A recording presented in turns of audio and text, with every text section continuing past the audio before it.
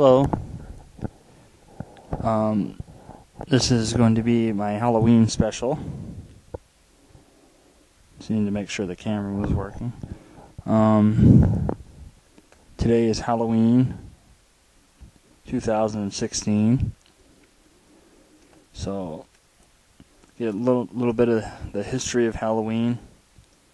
It goes way back. Different cultures. For example, the ancient Egyptians, every day was Halloween for them because they would wrap up their dead, and as a gift to eternity, and they hope to come out in some underworld afterlife.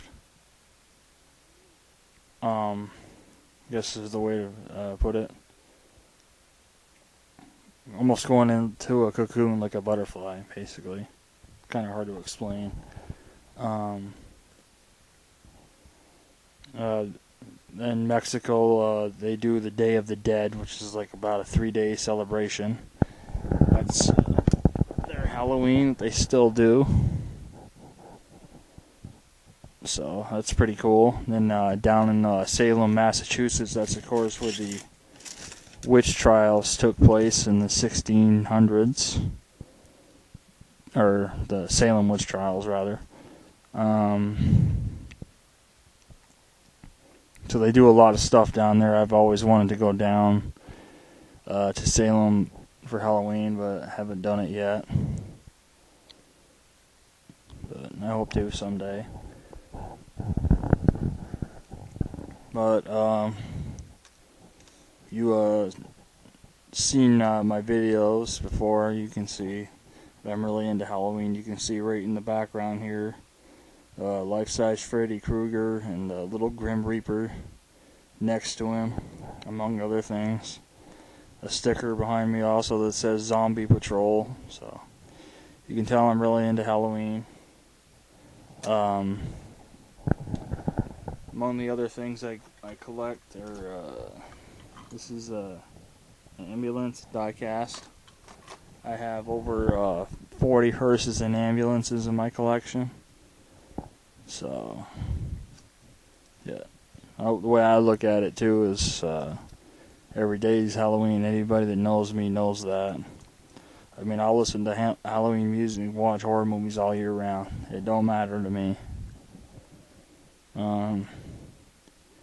It's actually one of the best Octobers I've had in quite a while, because well, everything's, for the most part, it's been a good month.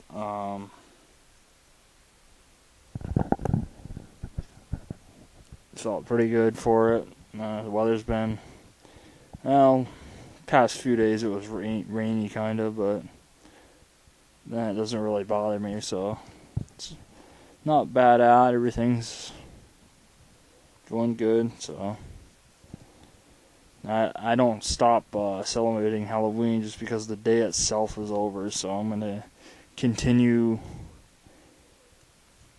celebrating right through, November. Like I said, every day is Halloween for me, so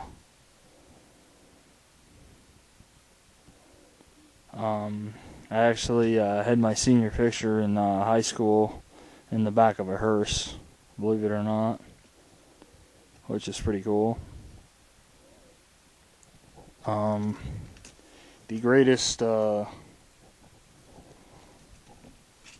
talking about the most scariest horror movie made, and a lot of people that say it's The Exorcist, but I was like, I assure you it's not.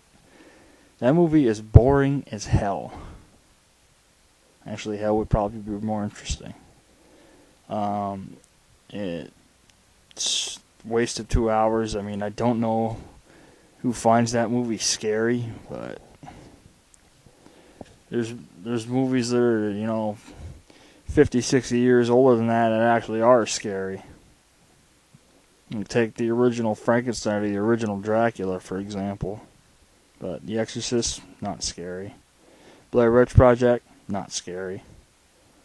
So,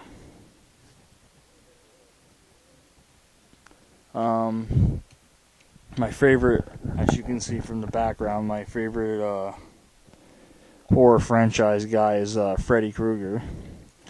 I know a lot of people like Michael Myers. Yeah, I liked a couple of those movies, but he's kind of a boring character. I mean, he really is. He doesn't really do much. Jason's more interesting than him, but even then, Jason gets old after a while. He doesn't really do much either. But Freddy he talks, so he has those one-liners, and that helps. I think if he was a character that just didn't talk, he'd probably be right along the lines of the other two, and he wouldn't be as popular as he is.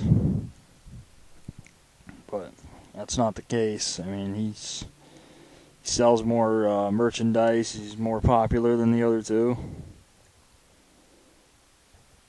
So,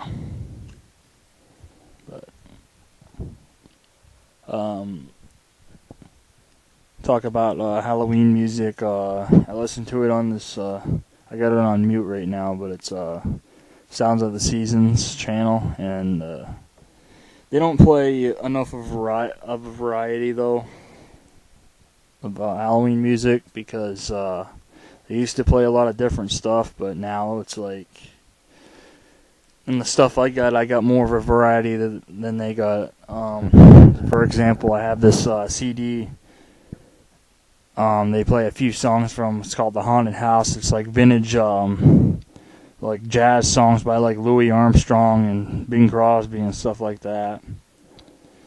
Like Skeleton in the Closet by Louis Armstrong, and Headless Horseman by Bing Crosby, and Nightmare by Artie Shaw.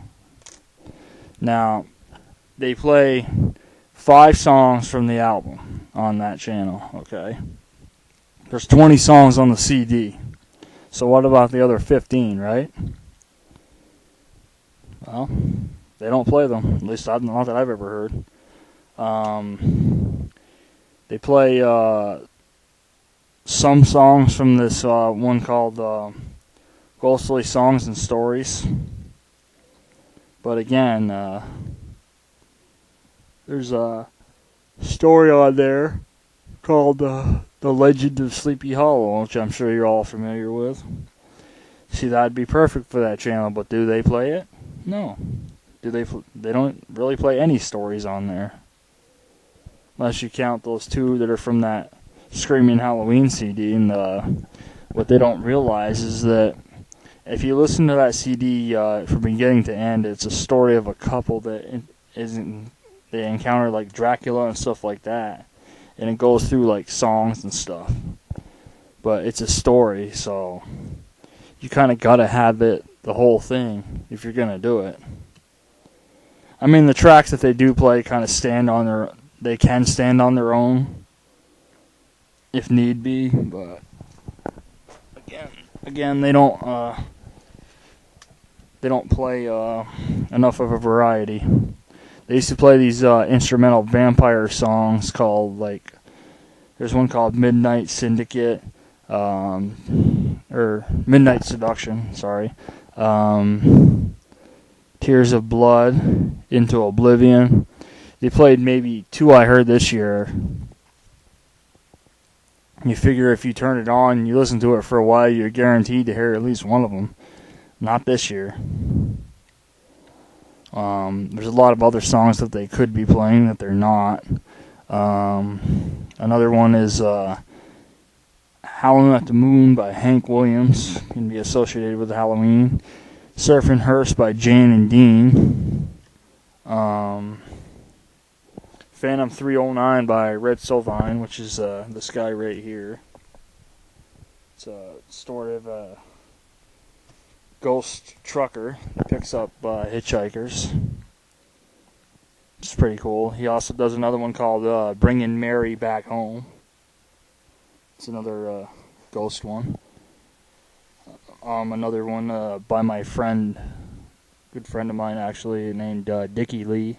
You might be familiar with him. It's called Lori, Strange Things Happen in This World. That's another good one.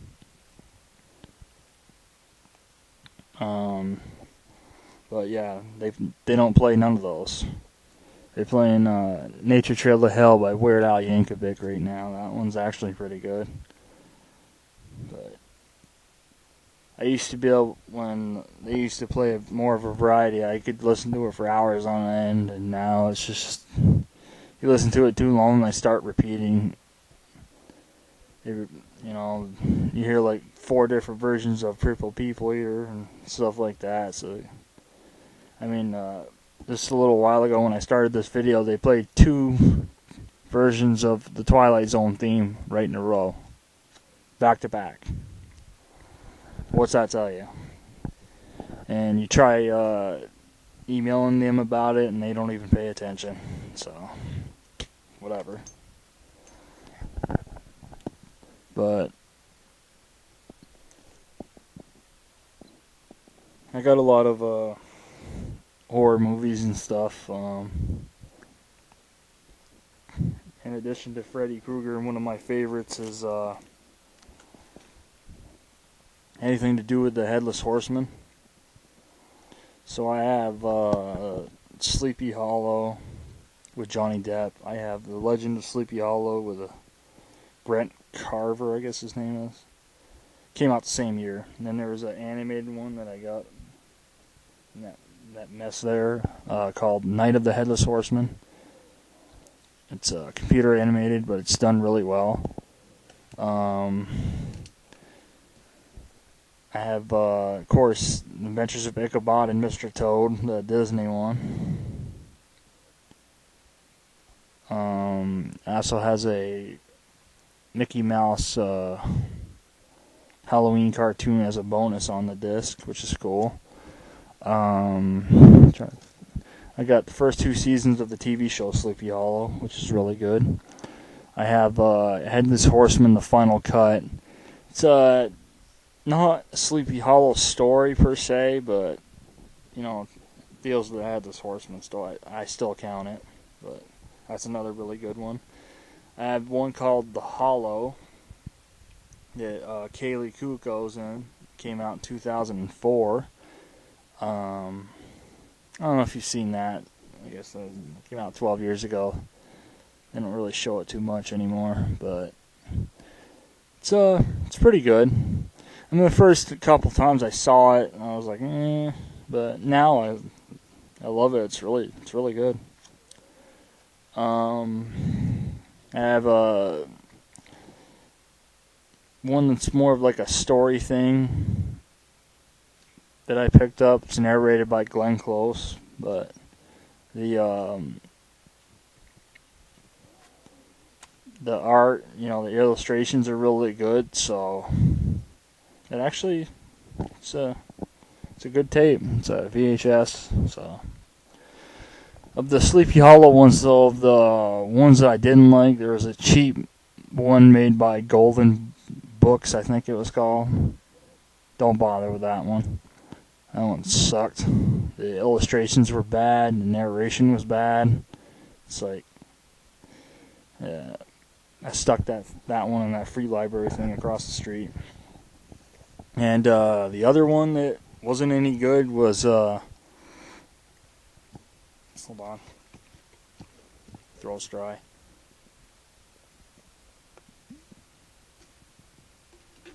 The other one that wasn't any good was Legend of Sleepy Hollow with Jeff Goldblum. And the problem I had with that one is that first of all, it's set in winter time, okay? It just didn't have a good feel to it. The other ones, whether they were animated or, you know, live action, they all had a good vibe to them. This one didn't. It's one of those movies you want it to get better, but it never does. Nothing really happens in it.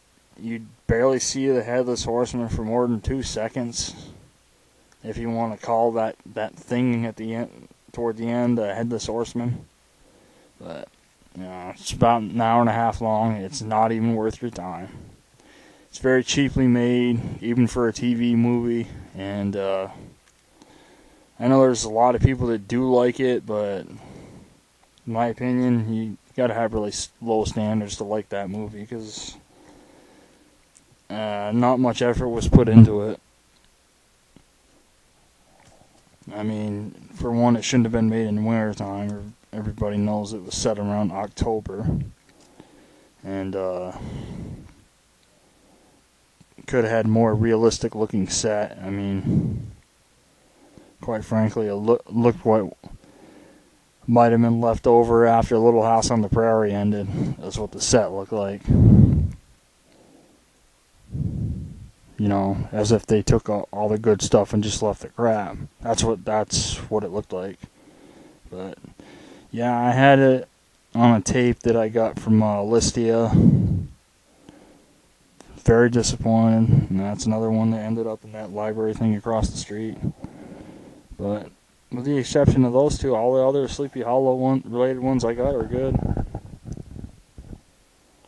And the only other one that, well, there's two that I want to look into is one with that dog Wishbone, where he plays Ichabod Crane, and the other one is with Ed Begley Jr. and whoever else is in it.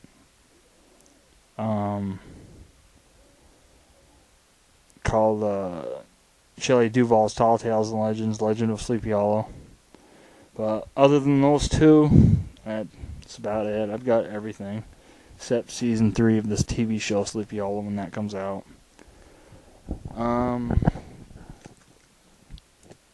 One of my other favorite franchises is Tremors. I'm sure you're familiar with Tremors. There's 5 movies, and there was a TV series in 2003, which they canceled because, Sci-Fi compared it to Farscape, which is a stupid space show. And even though Tremors was their highest rated show at the time, they still canceled it because it failed to hit Farscape's demographic. And I was like, well, no shit, you dumbass. It's not a dumb, retarded space show. And another thing is that they're doing another Tremors TV series. Or they're supposed to be. They haven't asked Michael Gross to play Burt Gummer yet, but you can't have it without him. So, if they're not going to put him in it, then don't even make it, because nobody's going to watch it. Even if Kevin Bacon is starring in it, which he is. They are making a Tremors 6 movie.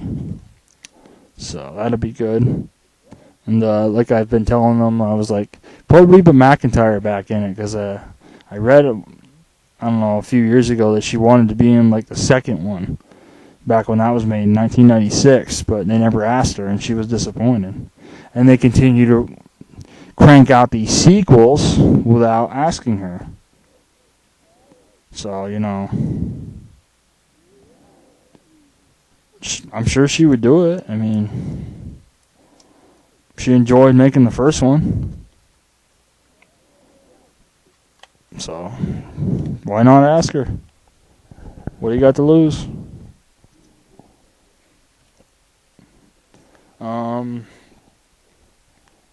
Another movies that I like, there's 4 of them now, and they're called Sharknado.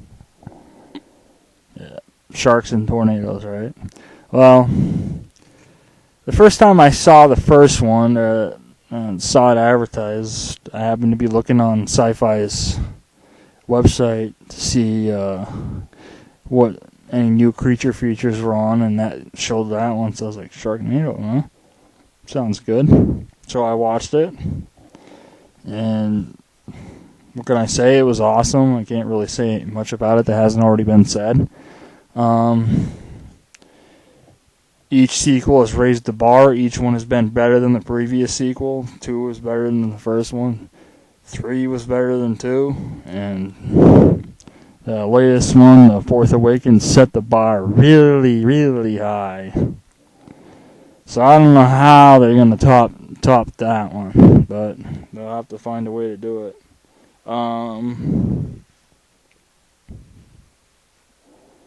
The one thing that I noticed that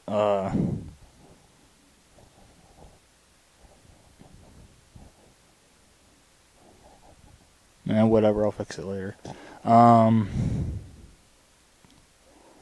One thing I noticed that suffered a little bit though was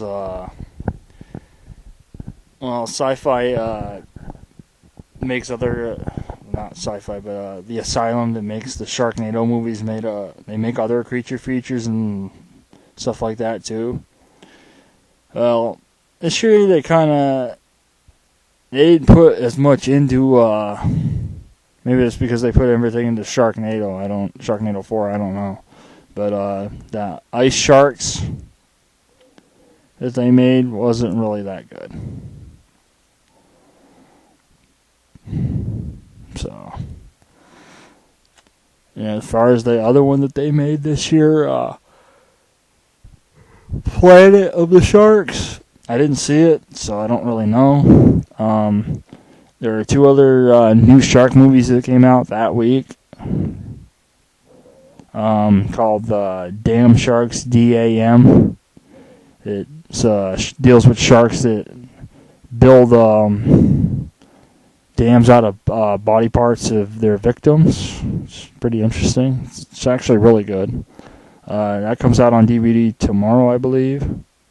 So I'm going to get that. Another one that came out that I really liked was called Ozark Sharks. That was really, really good, but doesn't look like that one's going to be on DVD or Blu-ray anytime soon, so I don't know. And it's too bad, because that one was really good. But, yeah, we'll see.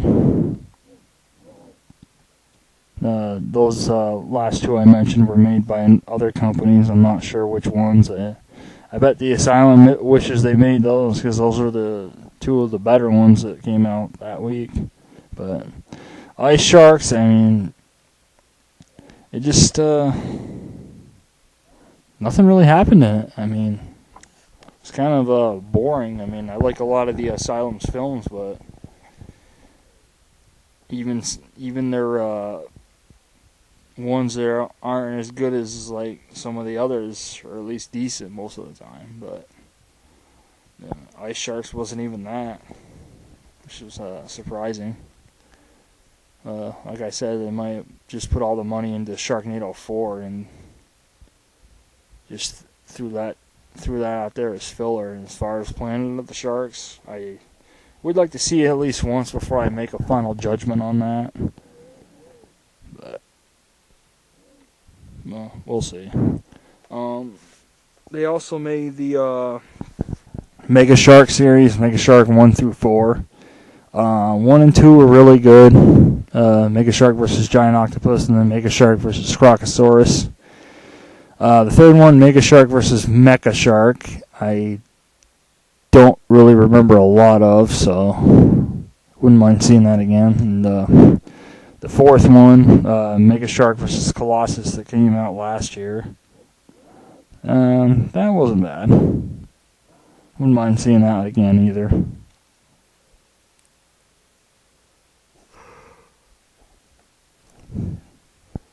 I like creature features, as you can tell. But I also like the original horror movies. My favorite actor is Vincent Price, the King of Horror.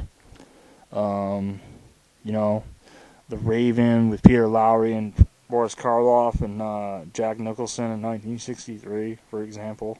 House on Haunted Hill, the original, not the stupid remake.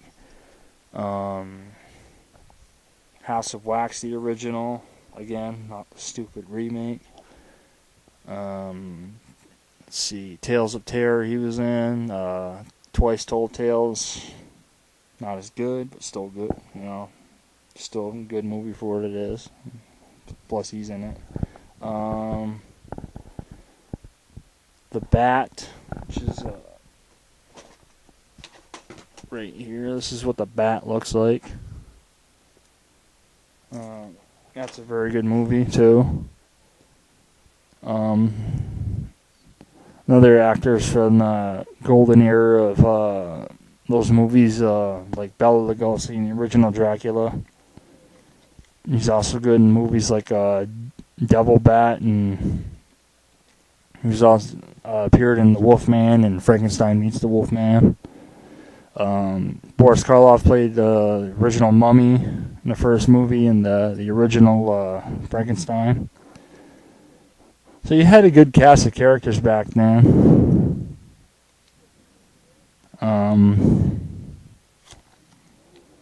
Actually, hold up better than a lot of the new movies today. I've seen some of like the recent Dracula movies, like that movie Bram Stoker's Dracula came out in the early '90s. Yeah, I didn't like that one. So I mean, I'd rather watch one of the old 30s or 40s Universal horror movies than the newer stuff, for the most part, anyway. When it comes to the Dracula and Frankenstein and Wolfman and stuff like that. So I mean, I saw the remake of the Wolfman that came out a few years ago. Boy, that movie was stupid. I mean, if you look at the cover, I mean, it looks promising, but you start watching it and you're like, trust me, it doesn't get any better. And they had like those mummy movies with Brandon Fraser, which are okay for what they are, but that's not, how they were supposed to be. It's not, how a mummy's supposed to be. A mummy's supposed to be horror. It's not supposed to be, your typical action movie, which is what those movies are. And then you have supposed to be another Mummy remake coming out soon. So, see how that is. Probably, I doubt I'll bother with it. But anyways,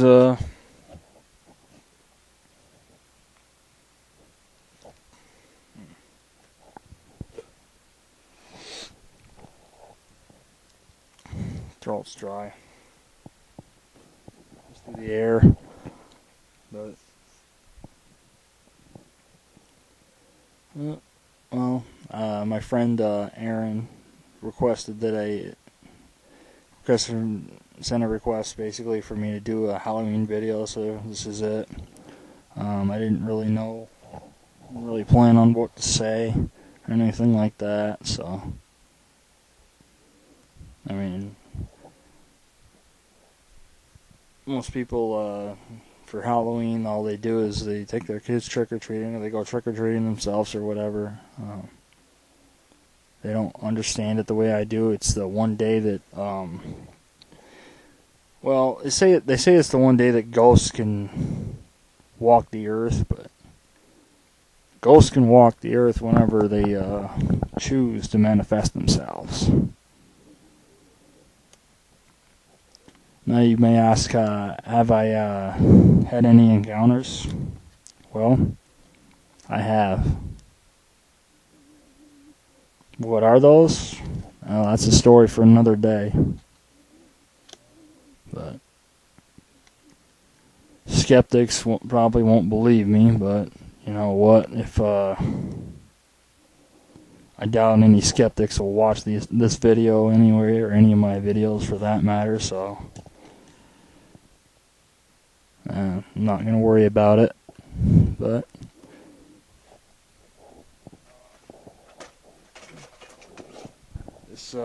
this fella right here I picked up at Goodwill. Welcome to our haunted home.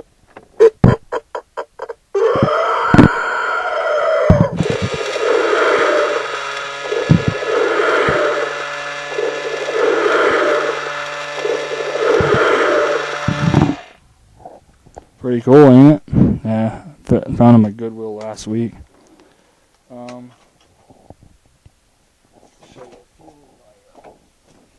ghost books here. This is Ghosts and Legends of Lake Champlain by T.L. Lewis. This is Haunted Inns and Ghostly Getaways of Vermont by T.L. Lewis. Haunted Burlington and Spirits of Vermont's Queen City by T.L. Lewis again. I've been on one of her ghost walks a few years ago, which is really good. I wanted to do one this year, but I didn't get a chance. So, and it seems like most of the ones that she did this year was the downtown one. From what I saw, that seems to be the most popular one. But I wanted to do the Lakeview Cemetery one myself.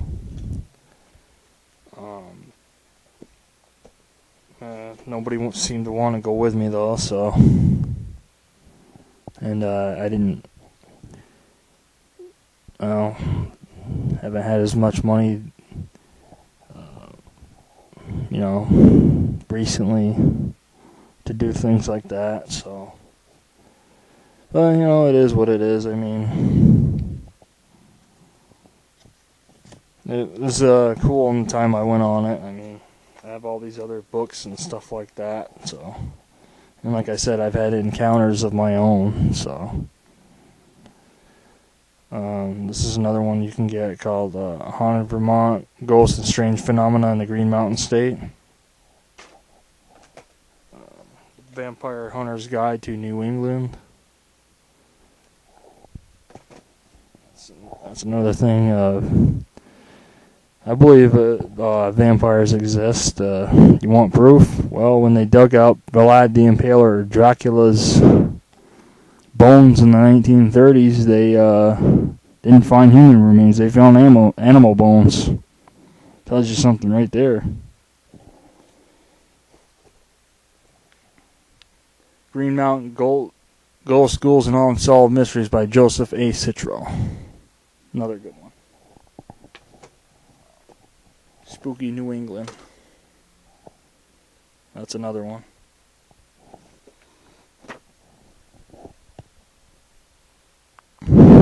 I've also got some ghost stories. Like I have a 5 DVD set by Patrick McNee on ghost stories that he narrates. I have several from the History Channel, like Haunted History of Savannah and Washington, D.C. and stuff like that. So I've got those. I've also got some other ones I've been looking for, but that'll come later. But anyways, that about wraps this up for my Halloween video. I hope you liked it. Yes, the reason I muted the songs in the background is because I don't know which of those is copyrighted and what's not, even though it's playing on the TV. So, but you can find pretty much a lot of that stuff on YouTube, like those vampire songs that I mentioned, like Tears of Blood and Midnight Seduction, Into Oblivion. Those are all on YouTube. So you can listen to them on there. Anyhow. Anyways, I hope you enjoyed this. This was meant to be an insight to Halloween in general, and to my love for Halloween is, I'm sure that some people were curious about. I mean, anybody that knows me closely, but in case people that watch this video may not. Yeah, I love Halloween. You may ask, on another note, do I like Christmas? I like it okay. And I prefer it. I mentioned this in my politically correctness videos, that they should say Merry Christmas instead of Happy Holidays crap, but, well, whatever. Anyways, I hope you enjoyed this, and I hope you all have a nice safe Halloween, and I'll see you next time.